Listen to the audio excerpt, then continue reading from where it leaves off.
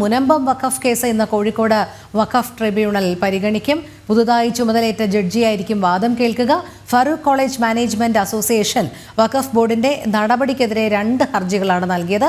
ഇതിന് പുറമെ മുനമ്പം നിവാസികളായ 4 പേരും പുതിയ ഹർജി നൽകിയിട്ടുണ്ട്. ദിസ്ന, പറയൂ.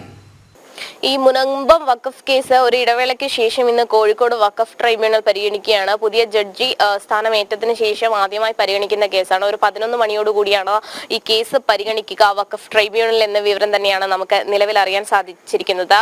ഈ ഫറൂഖ് കോളേജ് മാനേജ്മെന്റ് അസോസിയേഷൻ വഖഫ് ബോർഡിന്റെ നടപടിക്കെതിരെ 2 ഹർജികളാണ് നിലവിൽ നൽകിയിട്ടുള്ളത്.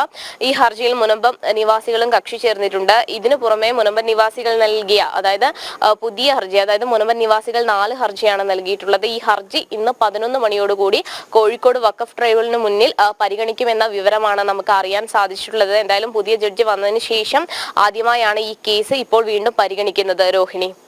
ശരി, ദിസ്ന സുരേഷാണ് വിവരങ്ങൾ നൽകിയത്.